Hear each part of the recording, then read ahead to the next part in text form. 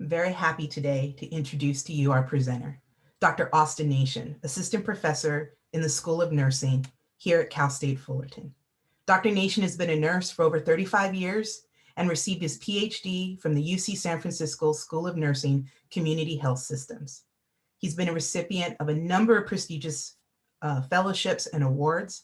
Dr. Nation completed the Minority Training Program in Cancer and Control Research at UCLA and was a fellow in the Black AIDS Institute African American HIV University. For over 20 years, Dr. Nation has provided HIV prevention education for K-12 schools, colleges and universities, community and faith-based organizations. He's actively involved in a number of professional organizations, including the Western Institute of Nursing, the Association of Nurses in AIDS Care, and the National Black Nurses Association. His past research interest was in understanding substance use and HIV among young Black men who have sex with men, funded by the Substance Abuse Mental Health Services Administration and the American Nurses Association Minority Fellowship Program. In his current research, Dr. Nation is exploring LGBTQ plus healthcare and mental health care access in Orange County. So with that, I will turn it over to Dr. Nation. Thank you so much, Dr. Lopez. It's absolutely a pleasure to be here with everyone this afternoon. Thank you for all of those who have taken time out to attend this presentation. I'm going to go ahead and share my screen, and we're going to go ahead and get started with the presentation. So we're here today to talk about the experiences of LGBT people when they're accessing healthcare, both their regular healthcare experiences, as well as their mental health care experiences. And I really want to start by really thanking the members of my team who have been working with me on this. It certainly has taken a village to get this work done. I could not do this incredible work by myself. I'm in partnership with a few people that I want to acknowledge. I want to start by acknowledging Dr. Phyllis Raynar, who is from the University of South Carolina, as well as Dr. Frida Outlaw, who is part of the American Nurses Association. She is the advisor for the Minority Fellowship Program, which is funded through SAMHSA at ANA. And also my colleague, Dr. Carlo Hoggio, who is up at UCSF. Also critically important to this project have been my student research assistants, Elisa May Ambalata and Jonathan Paleo, I always miss his name, Paeo, and Matthew Trevino. The three of them have also been instrumental in completing this project. And of course, my community partners who have been so incredible as well during this project. This is the community-based participatory research project. So I'm working with two primary partners. We have Shantae Orange County and Radiant Health Centers. Shantae Orange County does a lot of work with folks around behavioral health, mental health issues. Radiant Health Centers, formerly AIDS Services Foundation Orange County, has been around also for many years. They provide a number of services in addition to HIV case management services, food pantry. They do some mental health and other kinds of sort of wraparound services. So you can certainly check out both of these organizations. They've been around in our community for quite a while, and they both do some amazing work in our community. So in my introduction, I always say we know that there's about an estimated 9,000 LGBTQ individuals here in Orange County, right? And we know that these individuals are known to experience adverse situations when they're accessing health care and mental health care services. The literature has documented experiences such as stigma, discrimination, homophobia, and even abuse sometimes from healthcare providers, which I find surprising. And we know that these experiences not happen in healthcare, but they also happen when LGBT people are navigating experiences just in the world in general. It was nice that President Joe Biden recently signed an executive order to combat some of that discrimination against LGBT folks in healthcare, and this is sort of undoing what had happened from the previous administration. And this action that they say is the most far-reaching of any federal protections that we have yet. And I was so pleased to see that he thought that that was a priority for him, and he did that in his first 100 days of his leadership. I was absolutely thrilled with that. So more background. So according to the National Academy of Medicine, which was formerly known as the Institute of Medicine, we know that there's limited data currently on healthcare needs and healthcare utilization patterns of LGBT folks. Most of what's been documented, and also here in Orange County, as I was looking around doing background information, we have a lot of information primarily about HIV and STD information. We're looking at LGBT folks. Healthy People 2020 was also looking at a goal to improve health and safety and well-being of LGBTQ individuals. And their goal at the time was to increase demographic and epidemiological research that focused on the social challenges, healthcare, and inequalities that existed also among the LGBT community. They were looking at things like discrimination, stress, and other specific health needs of the community because they as well knew that these were issues as well for our community.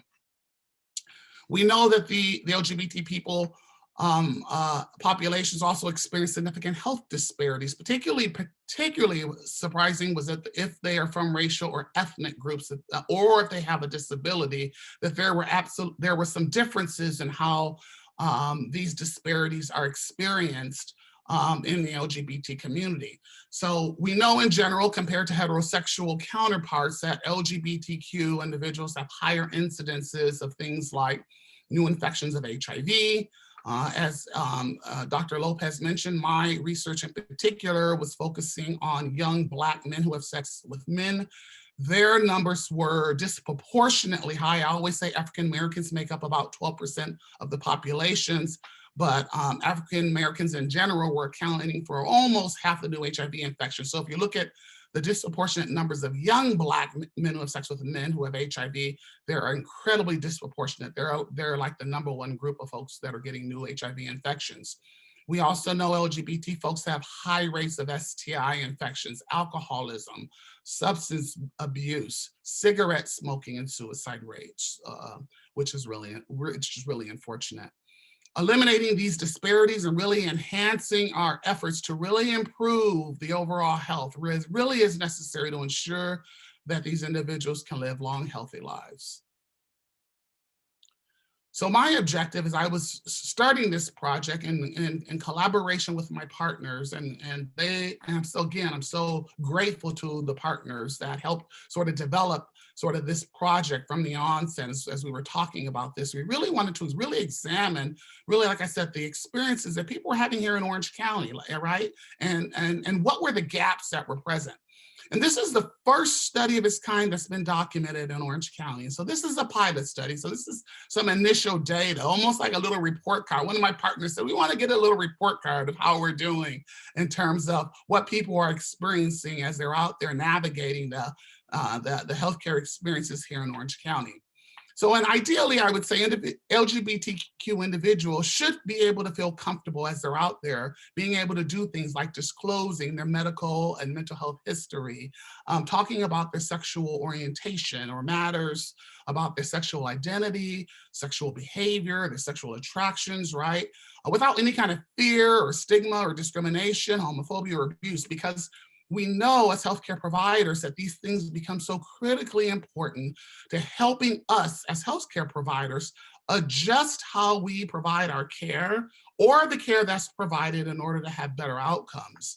And so this study, like I said, was exploring these experiences of our folks here in Orange County. And so we set up these recruitment flyers, and I'm really proud. This was work done by one of my student research assistants who was really good with artwork, and we were creating these promotional flyers that the partners distributed, and they were done in both English and Spanish because we recognized that here in Orange County, and this was based on information that we received from our partners as well, that there was a significant number of Latinos here in the county that were monolingual Spanish speakers. So we wanted to be sensitive to that. And also one of my student research assistants, another one, was able to take not only the promotional flyer, but also the survey questions and translate all of that information into Spanish. And so this is an example of what it looked like. And then again, this information was able to go out to our two partners, Radiant Health and Shantae Orange County.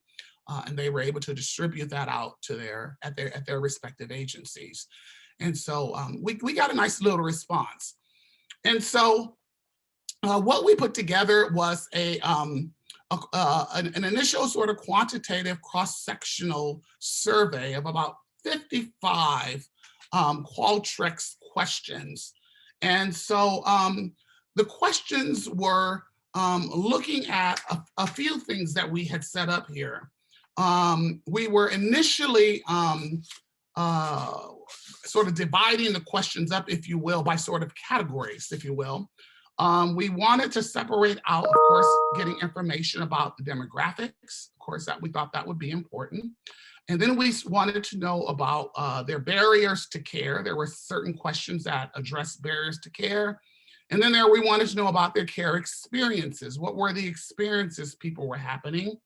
And then, of course, there was, at the survey, we were closed by asking them about a sort of one-stop shop. Our partners were interested in this idea of a one-stop shop, and I'll talk more about that later in my presentation. As well as we wanted to know, as in our sort of the closing part of the survey, if people would be interested in sort of our future focus groups that we were thinking about doing at the time, because we knew the initial survey would only give us numbers, wouldn't necessarily tell us all the information that we needed to know. And so we were thinking at the time that we'd want to follow up with some real targeted focus groups. And then we also did a raffle, right, as you saw in the initial survey.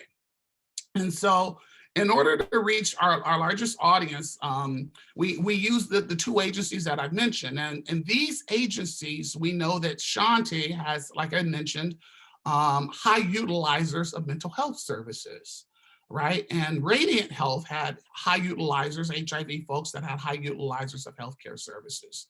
And so those agencies were perfect partners to sort of set the groundwork for this study. So what I'm going to share with you is some of our preliminary data analysis of what we have so far in looking at the data so far. And this will be descriptive data that I'm going to be presenting with you. So we know we have, at the time that I did this last analysis, we had about an N of about 61 folks who had completed our survey. We knew that most of those folks were primarily gay men, followed by bisexual, and then we knew that most of them were either white or either Latino. We knew that most of the folks in the survey identified as single and or not in relationship. And it was kind of a nice split between those who were working or those that were disabled. And most had bachelor's degrees in our final analysis. And so that sort of laid the groundwork for what we were initially, excuse me, starting to work with. And then here are some of the results. So the question in this graph, and I know it's a little hard to read, so I'm gonna talk you through it. The question was, what are your barriers to accessing healthcare or mental health care services? That was what the question was. And keep in mind that on the x-axis, these are raw number measurements and not percentages of individuals. The most common barrier that people found in this particular thing, right on the longest one here, was being unsure of which providers are LGBT competent. That's the longest one here, right? Followed by this one, which is financial cost.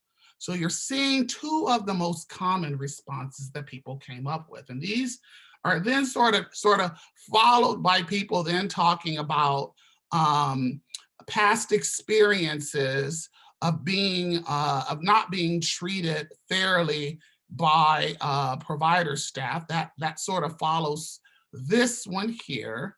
And then people not feeling well, and then transportation was sort of the next sort of group of answers that people spoke about. And then the third way, people talked about distance to the nearest provider, and then difficulty taking time off of work. So those are the ones that we were looking at primarily. Surprisingly for us, we were surprised that we were looking at this sort of preliminary data. No one talked about childcare being an issue, because we thought that might come up. And then we thought there might have been issues with people talking about language barrier as they were out there trying to access care. And we found that surprisingly was also not an issue for the participants that took time to fill out this study as well. So that was also good data to be mindful of. And then in the next slide, we asked them, thinking about Orange County only, in the past 12 months, have you experienced or felt you experienced any of the following by a healthcare provider? And so of the 45 responses that we had in this one, 16 participants reported that they had no negative experiences. However, we had 8 of those that had reported that they felt some kind of neglect. 7 reported that they felt some kind of homophobia, and another 7 reported some kind of mistreatment. While others had reported transphobia, racism, and there was even someone who reported there was some kind of abuse or violence that had gone on. So it is happening even here in Orange County. And then in the next one, we asked, the question was, thinking about the past 12 months, how knowledgeable do you feel your providers are about LGBTQ issues that impact you? And again, with this question, the participants answered on a scale from extremely knowledgeable down to extremely not knowledgeable. And as you can see from this graph, that about 29 respondents, or 16 of the respondents responded that they felt their providers were somewhat experienced, somewhat knowledgeable, and another 6 that their providers were extremely knowledgeable. So this was kind of an interesting question, because we were left to wonder what participants are kind of talking about when they're saying somewhat knowledgeable in terms of providers, and what that experience is really like for people in terms of when they're out there accessing healthcare. What does that really mean? And then some additional information that we asked participants, I'll share with you, that we found out that the majority were able to find healthcare services that they needed, and have not had a problem finding a provider, which was good information. However, they were unsure about which ones are LGBTQ competent. I want to make that note, because that was sort of the correlation. We were like, okay, so they're able to find providers that they need, which is good, but they're not sure which ones are LGBTQ competent. About 80% said they felt comfortable talking with their providers or mental health care providers about personal aspects of their life, such as sexual orientation, gender identity, HIV status, and sexual behaviors. So we were also glad to know that that was happening here in Orange County. However, it was clear from the responses of our survey that many of our participants were having to go to multiple different locations around Orange County to obtain services. And again, they did identify that transportation was also an issue for folks to be able to navigate this landscape. And surprisingly, 95% talked about preferring this idea of a one-stop shop. Now, this one-stop shop idea was an interesting idea. And this is where you have medical care, mental health services, dental services, food pantry, education services, perhaps STI testing, HIV testing, everything all under one roof in one location. We know that this model is being done And some of the organizations here, Radiant Health Services, has certainly been working in that direction. I know Desert AIDS Project, Los Angeles is trying to do that. There are agencies around the country that are certainly striving to do this kind of a model, so that clients are only having to go to one location to get all of the care services that they need in one location. That makes it so much easier. And so from this discussion, we are clear now from this initial pilot data that we feel like we have a little bit better understanding of what's going on. And so again, this is pilot data, and this is only a preliminary analysis of what we have so far. And we feel like our focus groups will be the next step for us. And we feel like that would be incredibly helpful, really helping us to sort of drill down and help clarify some of these questions that we're left with from this survey data. And we're going to be starting that in March, actually. March 5th is our startup date for our focus groups. And so I'm saying sign up now. We're encouraging people to sign up now. Our partners have been really wonderful in helping us get the word out with that as well. And we're interested in that and answering some of those kinds of questions that I've already mentioned. So we're wondering a few things with this, with our focus group. So it's like, okay, so how and where are people getting information about providers, right? You know, are they getting it through word of mouth? Are they getting it on the internet? Like what's the source? What's the best place that would be most convenient for people to get information, specifically information about, in this case, LGBTQ competent providers, so that people could feel the most comfortable? Where would be the best place to put that information? Where would be the best place for them to get that information? Then we want to know this idea, further understanding, like I mentioned, this idea of a somewhat knowledgeable provider, right? What does that mean in terms of their experiences? And also we want to know, is there a better way or different locations that they would prefer to get their health care, to receive their health care? Are the locations that they're in right now okay? They gave us sort of a range of locations that they're currently receiving their healthcare services. Obviously, we're clear that they want the one-stop shop idea. Orange County is a pretty big county. Where would be the best place for that to be sort of put if we're gonna think about this idea of a one-stop shop? Is there a central location that would be good for most folks? And then we want to know if they have any suggestions on how to remove any of the barriers that they've identified, right? What suggestions that they have. In the back of my mind, one of the projects that I have, and I was talking with the partners about this, sort of after the focus groups, after we gather all this data, perhaps down the line, one of my future grant projects would be, perhaps we need to do more around doing some provider education, right? That might be something else that we need to look at, as in terms of not only putting together a list or resource. We used to have something in Orange County, a rainbow directory sort of a thing, but it might be helpful if we don't have that, or in the interim, that we might be able to provide some kind of resources to providers that are currently out there about maybe being a little bit more LGBT sort of cultural competent, if you will. And then, of course, we want to know if there's any suggestions they have about ways that we might be able to reduce the cost of the care that they're receiving. I mean, I was thinking, like, are there places where they could receive low cost or sort of free testing and services? I certainly know that, you know, there are certainly places where they can, for example, receive HIV testing for free or low cost or no cost, right? Versus having to go to a place where you need insurance or you need money to have to do that. But are there other services or kinds of things that would be important to them? That's what we want to be able to sort of find out more about in our focus groups. So here's the flyer that we put together. Again, we're using our similar branding. Here are some of the dates that we will be doing. We're breaking up our focus groups so that we're going to be looking at doing them by sort of designations. Gay men will have times, lesbian women, bisexual, trans men, and trans women are sort of the designations that we've broken them down based on what we have so far in terms of our sort of people who have stepped up. First, these presentations will be done over Zoom.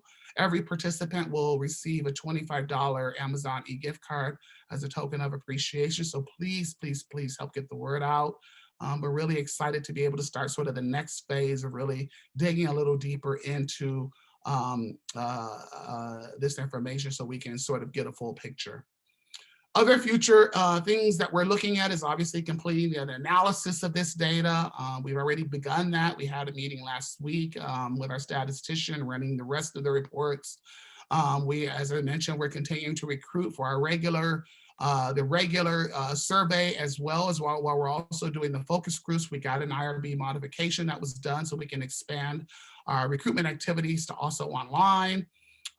Again, so we're doing the initial focus groups and we're also preparing ourselves to get our manuscript written with this pilot data. Our limitations, I have to also talk about and acknowledge that we know that this was a convenient sample and a limited sample size.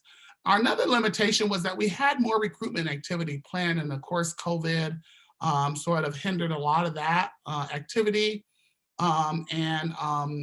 Our full analysis is still pending. We will be doing more of that as we move forward.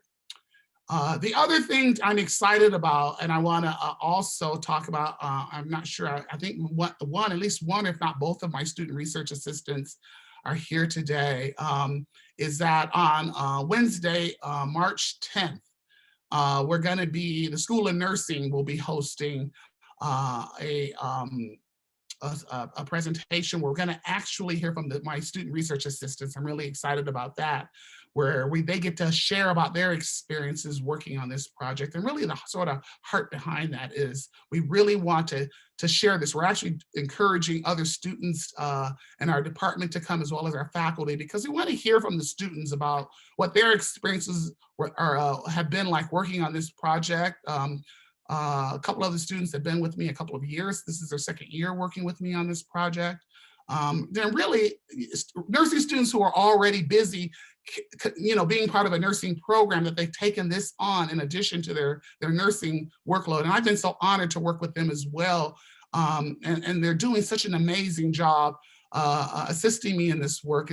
But I want them to be able to share, and a few of them, and they also mentioned they've gotten some awards and accolades for the amazing work that they've done on this project. So I've been so proud of them, and so I want to share what they've done and have people hear from them about their experiences while working on this. So save the date if you're available for this. You can certainly reach out and get more information about this. We would love to have you so you can hear from them.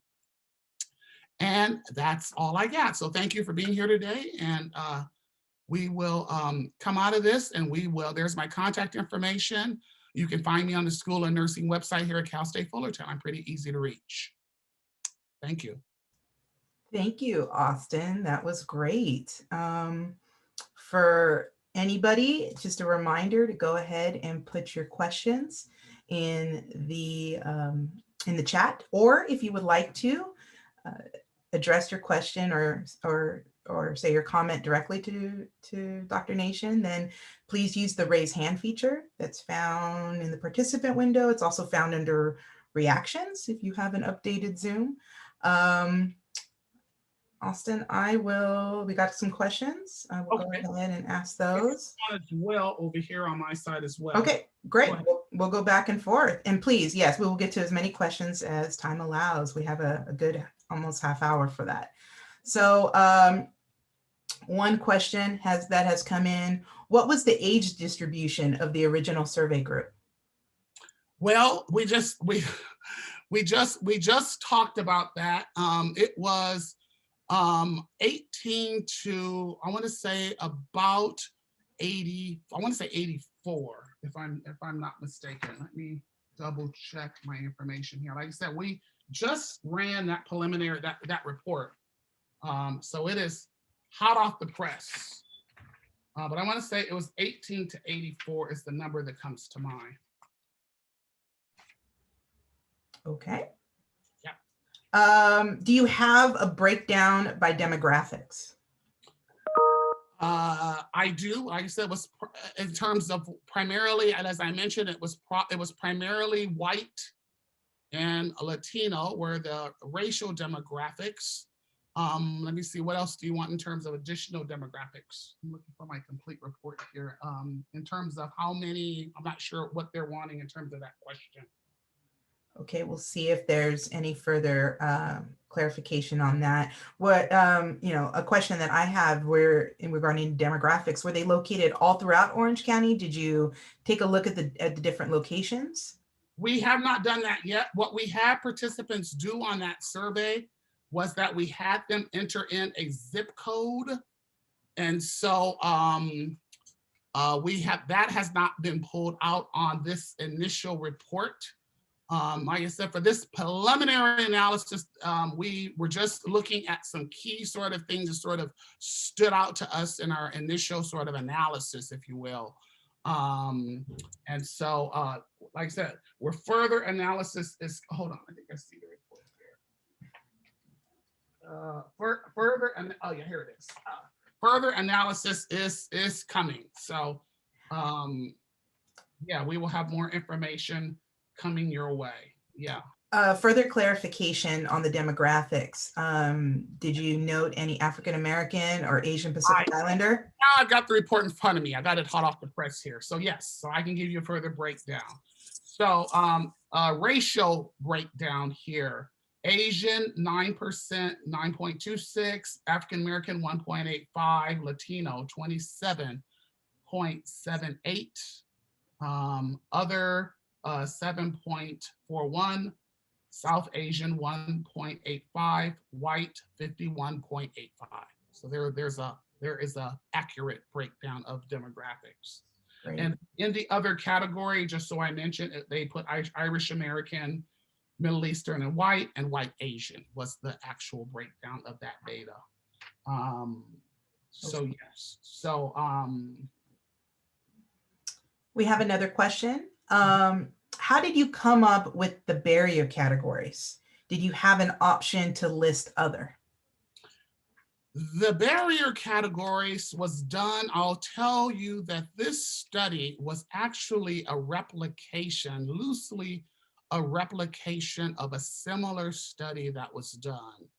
And so these categories were pulled and discussed with the partners over many discussions.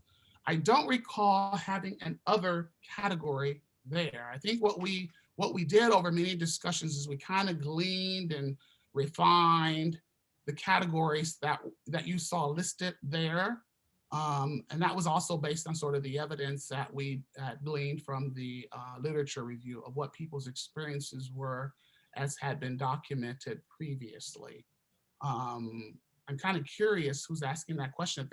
They think that there was something other that they think perhaps we would have caught or missed in putting an other category to that question. That's a great question. Okay, so another question. Do you think the community perspective of access to resources would be different from the perspective of CSUF students? From CSUF students. So thinking about our students. Yeah, I'm thinking about that. Well, the only thing I think of here, and we actually did reach out to our CSUF students. Once we did that IRB modification, we were able to extend out and ask them to share on their social media. Nat Betancourt, thank you for your support as well. As part of the LGBT Dirk Resource Center here at our campus. But when we were curious, and of course, I'm not sure where the participants came from. I perhaps will have no more in our analysis, but I thought perhaps the students here on our campus would have access to our student health center, right? Since it's right here on campus. But I wasn't sure if that would come up on the list of places. In my cursory review of what I'm seeing here on this report, it didn't pop up as one of the places that people are using. So I don't know if that means that we didn't get Cal State Fullerton students who actually filled out the survey for this, or if they're using other locations around Orange County to access their healthcare or mental health care services, because it's not showing up on the list that I'm looking at right now. Could you comment on why you think mostly men took the survey? That's a good question. That we wondered about that too. I wonder specifically with this survey and why mostly gay white men. And I wondered, well, I kind of, and what we'll be doing, I've done a number of presentations. I think about historical mistrust that I'll be talking about with African Americans and folks of color around anything related to healthcare, period, right? That's why we know we have some of the health disparities that we have in our country. Certainly participating in research could be a part of that sort of paradigm or thinking. So perhaps that's their resistance to being involved in stuff like this. And so white men come forward. They don't mind. It's altruistic sort of participation in these kinds of activities. Perhaps that's why we get them. But we got a significant number of Latinos who came forward as well in this study. And I think that perhaps is really related to the demographics of where I believe most of our gay community in Orange County is centered around. I say South Orange County and Santa Ana. It's kind of what I make up. I don't know if that's true yet because we haven't done our zip code analysis yet, but I'm gonna, and that will just tell us where people live. It doesn't necessarily tell us where things are centralized at or where they're living or where they're sort of congregating. But in my mind, as an LGBT person myself, that's where I think most of the things will sort of centralize in those two places. As a follow-up question, how does the project specifically measure sexuality and gender? Well, we had a few questions around that. So I think that's a great question. And we tried to be incredibly sensitive to those questions. So I'll tell you what we did, because and again, so what we said to folks was, and I'll tell you exactly, because I was looking at those questions the other day. So what we asked them is we say, we asked them to identify their sex. Identify your sex. Tell us what your sex is. And then we ask you to identify your gender identity, right? And then we ask you to identify your sexual orientation. So we give you options. And then, so we give you those three options so that then we can sort of extrapolate, give you all kinds of options so we can extrapolate that data in sort of different ways, because we know that those three things taken together will give us sort of a different picture of sort of who's here. So with those three things together. Thank you. That's all the questions I have. Do you have questions? Okay, I think the question you asked me was the one about the barrier category, which I have here. So what I would be curious about of those who are here, and again, I want to thank those who came out today. I do have questions because I'm curious of those who are here today. If people who are here today have had any adverse experiences themselves here in Orange County, that was kind of or you or your loved ones. What have your experiences been in terms of accessing healthcare here? Have any adverse experiences? That was kind of my first question. Particularly if we know, again, the people of different racial groups, people with different abilities or sexual orientations. We'll start there if anybody wants to share. And I'll remind you, if you want to share or participate in the conversation, you can just use the raise hand feature and I'll unmute you.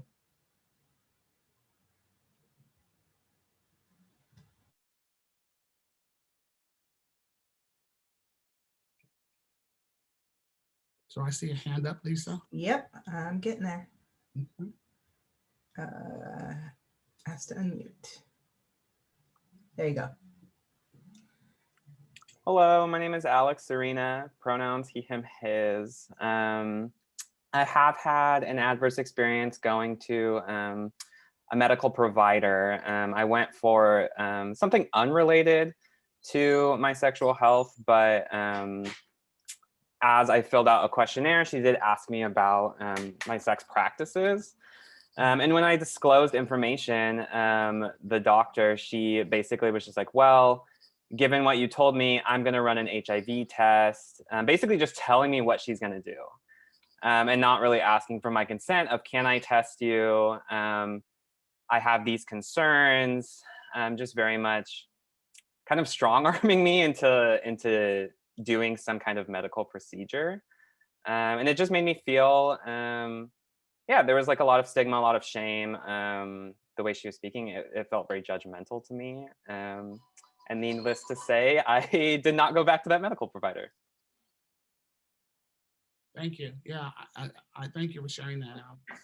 And I had similar experiences. I don't mind sharing as well. And I do the same thing. And I don't go back to the provider. I go back to my provider who referred me to that person. Matter of fact, I do one step. I try to be proactive. So when I'm getting a referral to another physician or healthcare provider, I try to use that word broadly because I also know I have my nurse practitioner colleagues who are out there as well. I ask if they know if this person is LGBT friendly. I try to be proactive in doing some of that up front, to sort of, so I can know going in sort of how safe it might be for me going in, right? To try to avoid or mitigate some of that going in the door, to sort of minimize some of that that might go on. So once you're there, it's kind of too late, right? Anyone else have any kind of experiences here for you or your loved ones? Somebody had commented that early on, when they first moved to California, they've had some adverse experiences. Another comment that we have is that there seems to be a lack of education in nursing programs regarding the care of LGBTQA+ populations. I would love to comment on that one, Yes. because I was working on that with my medical school colleagues at UCSF. We actually partnered together, and they were hosting a LGBTQ. It was a weekend sort of symposium that they hosted every year. That was the only time in their medical school training, and it offered it to our nursing school folks as well, and pharmacy school and dental school, where all of the healthcare professionals could come together in that weekend to get a weekend full dose of LGBT training, if you will, or sensitivity, if you will, by having speakers and everything come to this weekend symposium and talk about issues that we thought were important for us to know as healthcare providers as we were all going out into the world. Now, the sad part for me in this is most of us who were there were from the LGBTQ community. So I felt to a large degree this symposium every year, and I said that to the folks organizing. I said, this feels like we're preaching to the choir, that we're missing the folks who need to be here. Why is this not incorporated into the curriculum somehow? So I'm really pleased. I know in our school of nursing, I'm really pleased. I'm actually, and thank you. This is another wonderful thing that has come out of my partnership and my involvement with Radiant Health, that I actually, as part of our public health rotation, and my colleague, I saw her name pop up, Dr. Maria Matza, who is our lead faculty for public health in our School of Nursing. We've worked out a partnership that we have a clinical site where I actually am the faculty for taking students down. We're not taking them now there, we're doing it simulation now, but we were taking them down on site at Radiant Health, and how pleased I was that our School of Nursing was open to that partnership, and that Radiant Health, the first time Radiant Health, in doing some of the work they were doing in establishing their clinic and stuff, they had nursing students in there, and it was such a wonderful fit for us. And so I'm hoping that we continue to have that wonderful partnership, and they're able to expand what they're doing. And we need more of that, I think, as part of the education for all of us in these healthcare professions.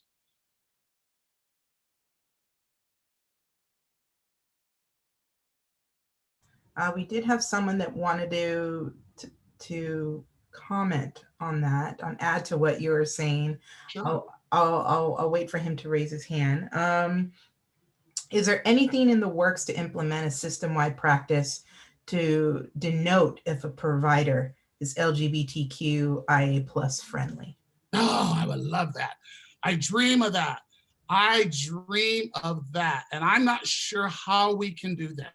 That will be part of what I'm hoping we can uncover or discover from doing our focus groups. Like, I don't know if whoever's asking that question, if you have a suggestion, I'll take it right now and make a mental note, because that's what we're looking to find out in these focus groups that we're about to embark upon, is what would that look like? Where would you want that information? How would you want that denoted? Where would you want that denoted? Where would be the best place to put that information so that you can access that information? That I think would be incredibly helpful to our community. I think that would be perfect if we could figure out how to do that. And I'm hoping that we can figure out a solution for that. I think that's so incredibly important that we know as LGBTQ folks where we can go to get healthcare or mental health care, and that it's a safe place or a safe space. That's so important to me and why I'm doing this work. We have somebody that wants to add to the discussion. Daniel? Hi, yes, I'm Daniel G. Garza, a local patient leader and advocate. And adding to what the person before me said about visiting a doctor and not having the best experience, and what Dr. Nations is saying, one of the things that we have been working on with, I'm a board member and chair of the Client Advisory Committee for Rating Health Centers. And one thing that we do with our the patients and the clients is teach them about when visiting a new doctor or having to discuss something.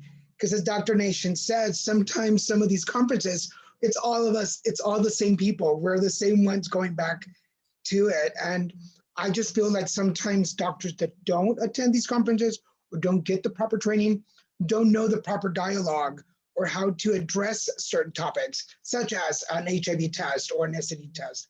So one of the things that we work on is teaching the clients to teach the doctors to have the right conversation, and so that future people and clients or patients don't have to go through that and feel, sometimes I feel like it's not necessarily that they're being discriminatory, if that's the right word to say, it's that they don't know the language, but because they're not being invited or they're not attending the conferences to get the proper knowledge and information.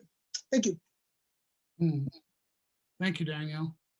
I think that raises a good point. That raises absolutely a good point. Lori, I have someone here, another participant, Sarah, said that one of the simple signs that people could use is to use the use of pronouns in their name reference to help signify that they're LGBT friendly. I've never thought of that as something that's a good sort of code, if you will, that you're LGBT friendly. It's a good point.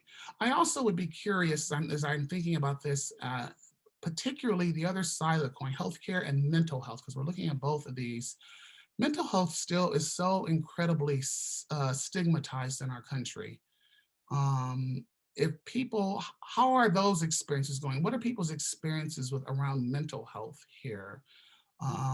Is there enough of it?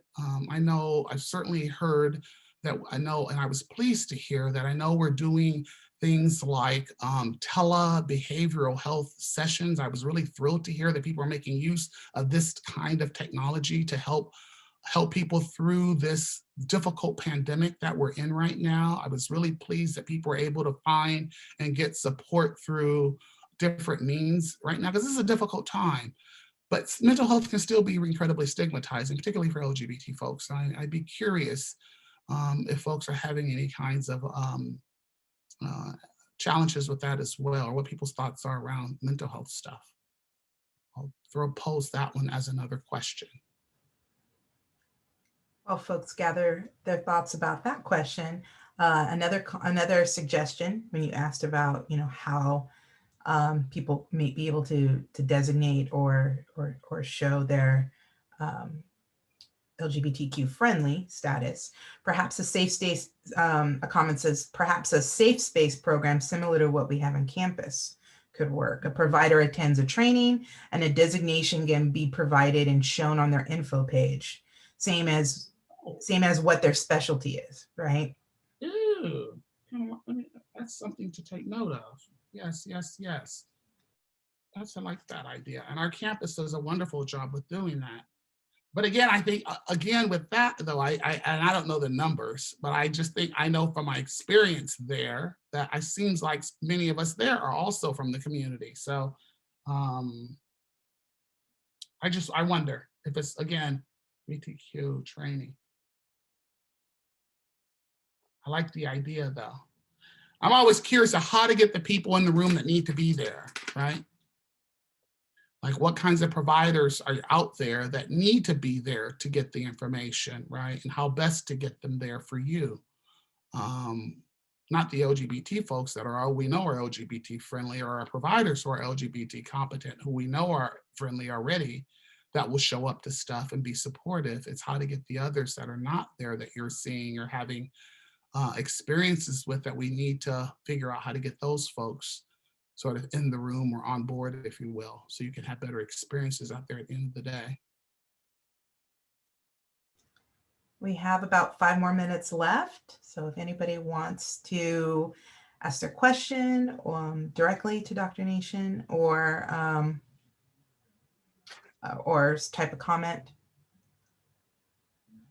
Another suggestion was to go upstream, educate the student. So some more student education and awareness. The question has come in, as someone who's not part of the LGBTQ community, I think greater advertisement about CEU opportunities would be helpful. Oh, that's a good one there too. These are great suggestions. Also in the email, when I send out the email about where you can find the recording for this, I will copy Dr. Nation on those emails so everybody can have his email address. Hope that's okay, Austin. And that if you want to follow up with him, definitely you can do that as well. I will also ask for you to send me your flyer for your upcoming focus groups, and I can also send that out to everyone so that they know how they can participate in that study. That would be awesome. I can send you both flyers for that and the speaker event if you don't have it. Yeah. Any final comments, questions for Dr. Nation? I hope this information was helpful getting this out. Again, I am so grateful to be able to do this work. So incredibly grateful to the partners who have been instrumental in making this possible. I couldn't do this by myself, absolutely not. I'm looking forward to getting more information. I'm really excited about the focus groups because I'm a qualitative researcher in my heart and soul. So the idea of sitting with folks and hearing their surveys, to me, give part of the story. So it was great to get survey data and say, okay, let's put surveys together, because we thought that would be the initial sort of sweep to get us some answers. But I think that sitting with folks who are willing to come and come into a Zoom session like this, and willing to talk and share their experiences and talk about perhaps some solutions that we could propose going forward, that we could take action on, is going to be so invaluable to us sort of moving this work forward, so that it doesn't stop somewhere. I'm all about taking action, and trying to figure out how we can improve the health and lives of the folks here, LGBT folks here in Orange County at the end of the day. Great closing, Dr. Nation. Austin, I call you Austin, Dr. Nation. I want to thank everyone for participating in this Lunch and Learn. We had a great turnout, and thank you again, Austin, for such great information and for answering a ton of questions. And I want to thank the community that joined us today. This has been fantastic, and just want to remind you all to keep a lookout for future Lunch and Learns. And again, this is our Lunch and Learn series, Critical Conversations Lunch and Learn on Health, Equity, and Justice. So thank you very much for joining us, and have a pleasant afternoon. Thank you all.